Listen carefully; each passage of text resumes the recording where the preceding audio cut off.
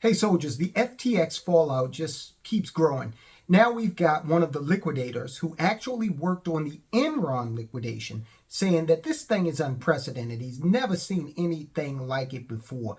And this is the guy that worked on Enron. Now, let's jump right into this and understand that these top investors, so-called, were totally bamboozled. They allowed themselves to be bamboozled by the, I don't know, the Svengali-like powers of Sam Bankman Fried.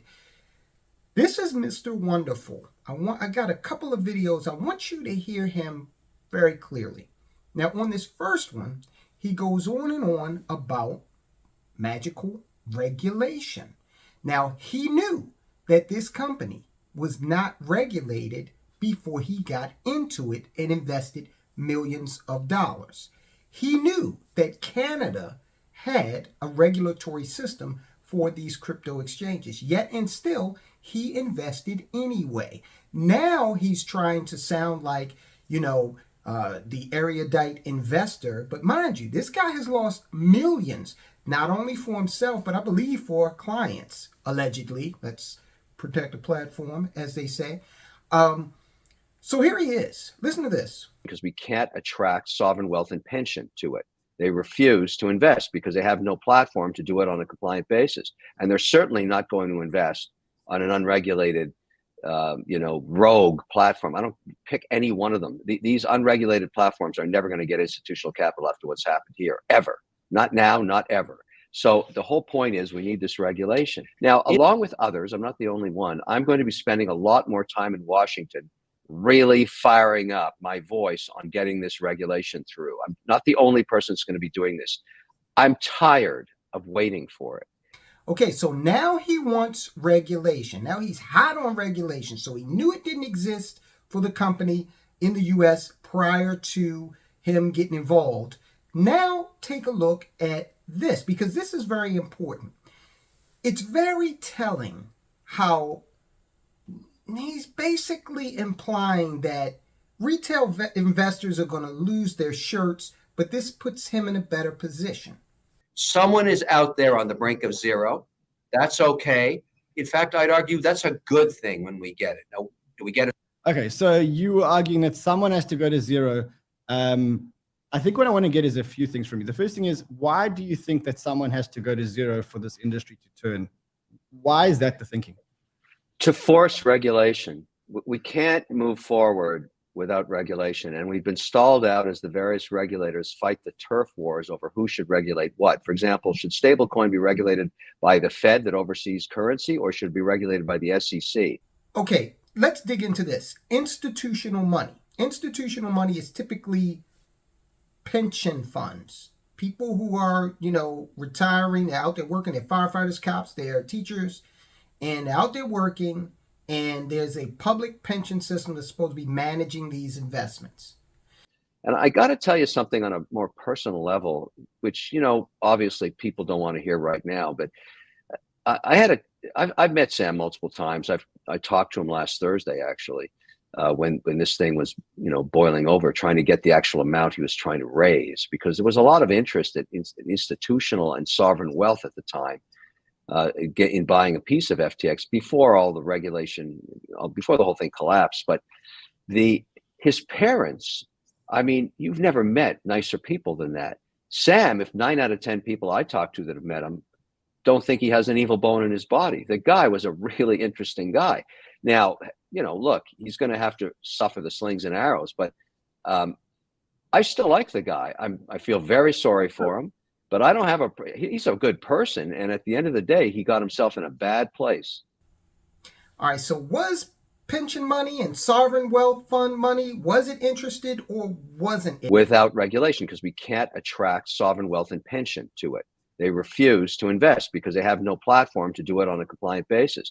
And they're certainly not going to invest on an unregulated rogue platform. I don't pick any one of them. These unregulated platforms are never going to get institutional capital after what's happened here, ever.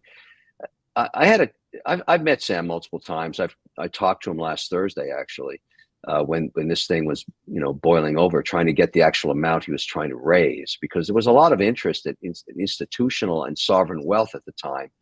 in buying a piece of FTX before all the regulation, before the whole thing collapsed. And I find it very, very telling that after he knew that FTX had blown up, he says, I talked to Sam Bankman Fried when this thing started to boil over.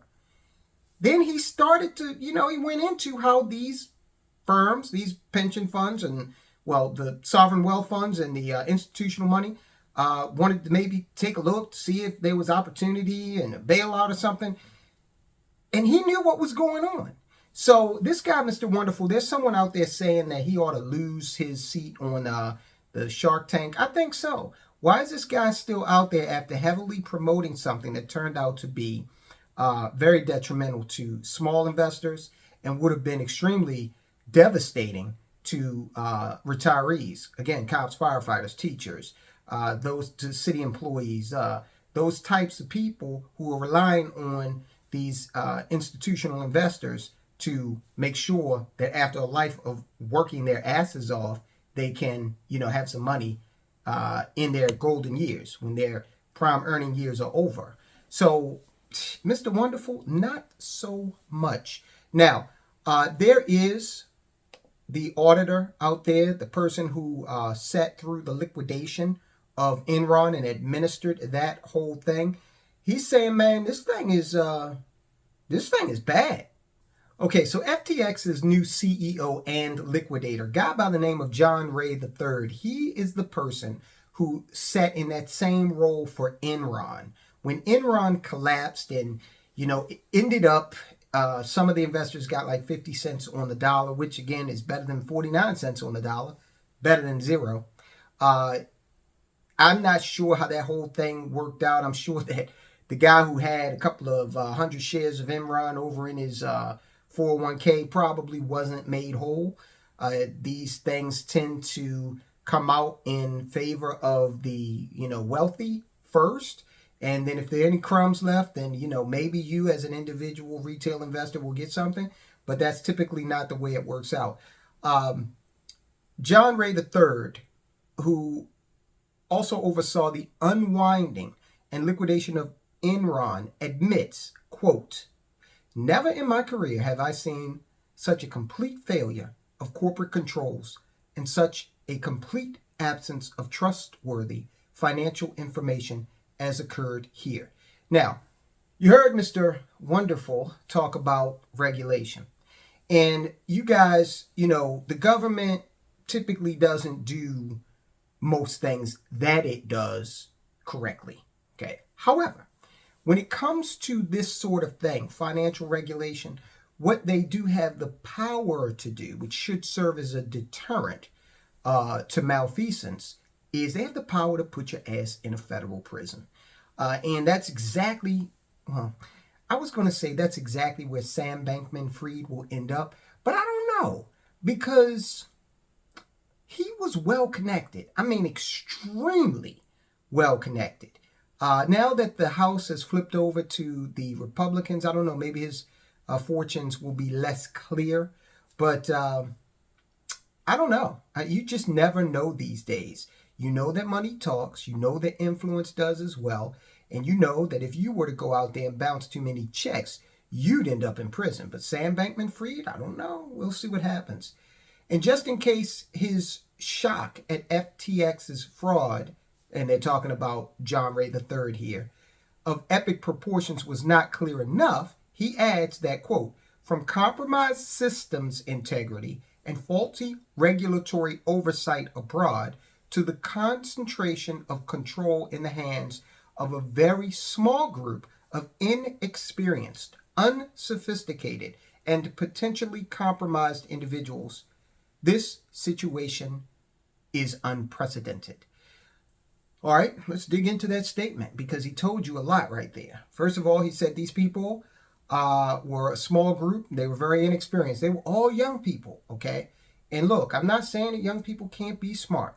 Of course, many young people today are, but they lack experience. The point is, if you've never had any of it, ever, people just seem to know. Unsophisticated. The young lady who was in charge of, what was it, Alameda. She herself said, now I don't use a lot of math in this job, and the math I do use is elementary school math. Yeah, absolutely could pull it off without my math degree. Use very little math. Use a lot of like elementary school math. So that shows, a degree of lack of sophistication. Lady, you're the CEO of a hedge fund. You don't use a lot of math in your job. What if you learned that? What if you went to the airport tomorrow to board a 747, take a trip across the ocean to the United Kingdom? And as you're taxiing down the runway, you learn that the engineers came out with a statement saying, we really don't use much math to put these planes together. Elementary school math will do. You would feel very uncomfortable, let's just say. The company's organization chart, pretty, complicated. Looks like this was just like a friendship club, and they're saying that there were some fringe benefits over at the company. And you know how young people can be, hormones firing away. And Sam Bankman Fried and company, they may have indulged in some benefits that most companies don't allow. The young lady who was the CEO of Alameda Capital, the hedge fund of FTX, says she showed up for her interview for her job dressed as a wood nymph. A wood nymph. Now, let me just come out and say from the onset that, I got to cover myself. This is cancel culture 2022. I have the greatest respect for wood nymphs, fairies, gnomes, and other mystical woodland creatures. So that's out of the way. Look, talk about unserious people handling billions. This is like, Lord of the Flies on steroids. According to Ray, he has located, quote, only a fraction, unquote, of the digital assets of the FTX group that they hope to recover during Chapter 11 bankruptcy. They've so far secured about $740 million of cryptocurrency in offline cold wallets, storage method designed to prevent hacks. This is just a fraction of the 10 to 50 billion dollars in liabilities the company disclosed in its bankruptcy filing. How do we know it's fraud? As Ray writes on page 24, although the investigation has only begun and must run its course, it is my view, based on the information obtained to date, this is Ray talking, quote, that many of the employees of the FTX group, including some of the senior executives, were not aware of the shortfalls or potential commingling of digital assets, unquote. Sam Bankman Fried should have been well aware of it as the CEO of the company, but he was too busy running around trying to look like, Mr. Woke, altruistic savior of the world. Magazines were calling him the next Warren Buffett. People were comparing him to J.P. Morgan. Guys, you will seem like, the phrase, I don't know if it's still in vogue, okay, boomer, okay? I had somebody say that to me that was into the more esoteric cryptocurrencies. I'd like to speak to them now. Don't be afraid to be unpopular. It's your money, okay? And people who were invested in this, again, you got up to $10 billion missing, and you've only recovered $740 million? Come on, okay? Get real. People know that money's not coming back. Quote, in the Bahamas, I understand that corporate funds of the FTX group were used to purchase homes and other personal items for employees and advisors. I understand that there does not appear to be documentation for certain of these transactions as loans, that certain real estate was recorded in the personal names of these employees and advisors on the records of the Bahamas. Ray is talking here. That's just straight up, this is what these Ponzi schemes end up doing. They, get a little loose with the funds and they just go hog wild. And they say this guy was parading around in America driving around in a Toyota Corolla trying to make himself look like, oh, look at him, he's so woke. Surprised he wasn't driving around in an old Tesla to make it look even better. Ray went on to note that the company didn't have appropriate corporate governance. Hell, I could have told you that at this point. They never held board meetings. There was no accurate list of bank accounts and account signatories, as well as insufficient attention paid to the credit worthiness of banking partners. Ray said the company did not have an accurate list of its own bank accounts. This is just romper room. Okay, kids, again, playing with billions. They didn't even have a complete record of the people who worked for FTX. He added that FTX used, quote, an unsecured group email account, Sam Bankman Fried at yahoo.com, to manage the security keys of its digital assets. Whoa. This thing is just sad. This is why there are certain things out there to protect you as an investor. Regulation is not perfect. And I know that I was in the arena where I tried to fight regulation being foisted upon the company I worked for. Okay, back when I was in DC, that was kind of our mantra. But at the end of the day, the government and corporations, reputable corporations, come to a happy medium on the regulation piece. And I can tell you, Sarbanes-Oxley is one of the things that if the accounting is not right and you attest to it and you're a public company, somebody going to jail. Okay, so I was in the mix there and had to make sure this data, a portion of it, was correct before it went up the chain to executives who would later sign off on it. This is just, as he said, unprecedented. Now look, there's another component to this, and this has to do with the donations that Sam Bankman Fried made to Democrat candidates. There's nothing wrong with donating to a candidate or to a campaign. But there's something very wrong if you did that with stolen money that, you were, supposed to be safeguarding and maybe investing to profit the people that entrusted you with the money in the first place. So I think that every Democrat or every politician, I don't give a damn whether you're Democrat, Republican, Independent, who cares? If you got money from this guy, Sam Bankman Fried, in any way, shape, or form, that money should be refunded.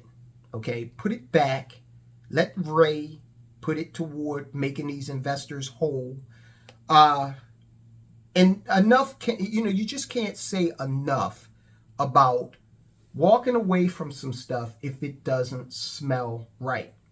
You just can't be afraid to do that. I can't stress that enough, folks. There's some people here like, okay, Mr. Wonderful, he's got a lot of money. Okay, so he's going to recover from this. His reputation will be scarred. That's going to happen. But he's still going to find plenty of people to do business with him, plenty of people to invest with him. He's going to be fine.